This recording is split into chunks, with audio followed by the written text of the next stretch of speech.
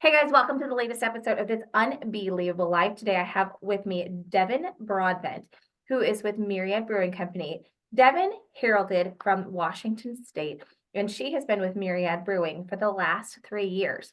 Today we're going to talk about Myriad and what it is, where it came from, but also being a woman in the brewing industry. Devon, take it away. Okay, so hello, I'm Devon. So I have been with Myriad since 2020. Myriad itself has been here since 2018, I believe. They started with a different brewer, and I came in and took over for him when he left. So we recently, last April, opened a Newburgh tap room too. So now we have two tap rooms, both kind of different feels. The main brewery is still downtown, but the more family-friendly, fun place in Newburgh. So I provide the beer for both locations, and then whatever also we have tap lines around the city and stuff. So Jason and Jamie Elliott are my bosses, and they are pretty great people. They took a huge chance on hiring me. I am from the beer industry, but before this job, I had never brewed before. So they basically brought me in and had a lot of patience and let me just kind of figure out my thing. And 3 years later, I'm still here. So I guess I'm doing pretty good. So as far as being a woman in the brewing industry is very male focused.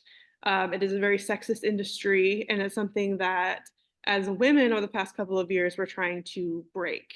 Especially in Southern Indiana, where we are, it is very rare to see a woman making beer. And so I get to kind of challenge the men by, being like, I can do this too. It is a very, very physical job. It is very hard on your body.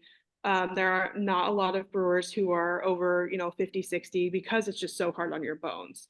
So I get to be a strong, badass woman and, do this job, be a really good like beer maker and just show people that I can do the same thing that they can.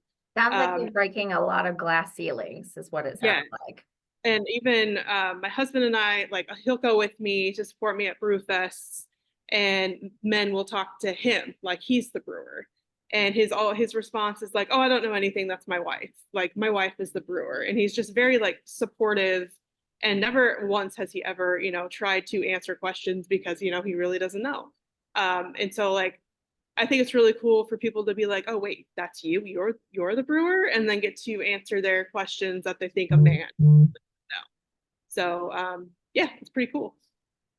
Well, so tell me just in a nutshell a little bit more about the science of it, because I personally am not a beer or a wine drinker. Like I don't drink very much, but there are lots and lots of fans of a good brew. So tell us just a little bit of the science of it. What does it entail? Like what is it that you're doing on a regular basis to create these masterpieces?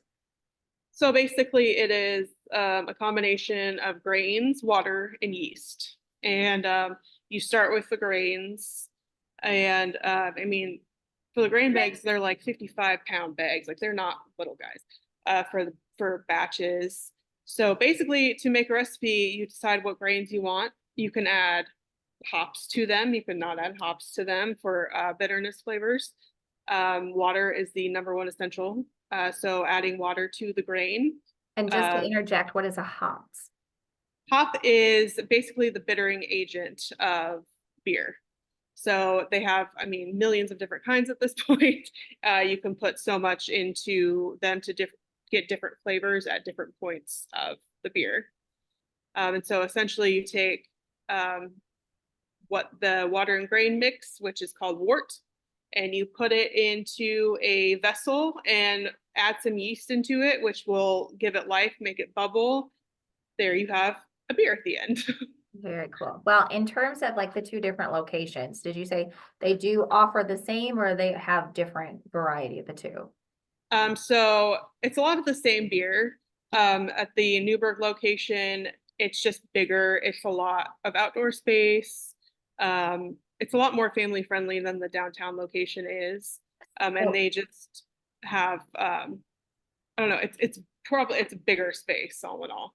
So for somebody who has never been, that is excited to come try, what are your top like one or two or three even beers to suggest to somebody who's not been? Somebody who has not been, I would say try an IPA first. Golden Ratio is probably our number one selling IPA. That one's usually on. If you're not a huge beer drinker, but you're kind of like looking for something, if you try an 812 Cream Ale, it's like right above like a Coors Light, Bud Light thing. It's very light, very like smooth and creamy. And then if you just want something fun or fruity, I have a tangerine wheat on right now. That's very like makes you think it's spring outside. Wonderful. Okay. So to wrap things up, I guess just give us, one or two good pieces of advice for somebody that is looking to break a glass ceiling and not necessarily in brewing, but just you have taken a big leap of faith to do what you're doing and you're kicking butt on it. So for people that are just looking for that encouragement and that inspiration, what last thing can you tell people that want to go after something that they're passionate about? Don't say no. Don't I have imposter syndrome so bad, but you have to get over it. You have to like make yourself do it. And just if you're passionate about something and if you love something, honestly, just do it and just don't look back. I love it. Well, Devin, thank you so much for being on today's episode of this Unbelievable Life. And thank you to all of our listeners. Stay tuned for what's next. But in the meantime, go check out Myriad in the Evansville and the Newburgh location. And I will drop those links in the comments and in the post. But Devin, thanks again so much. And everybody have a blessed and wonderful day.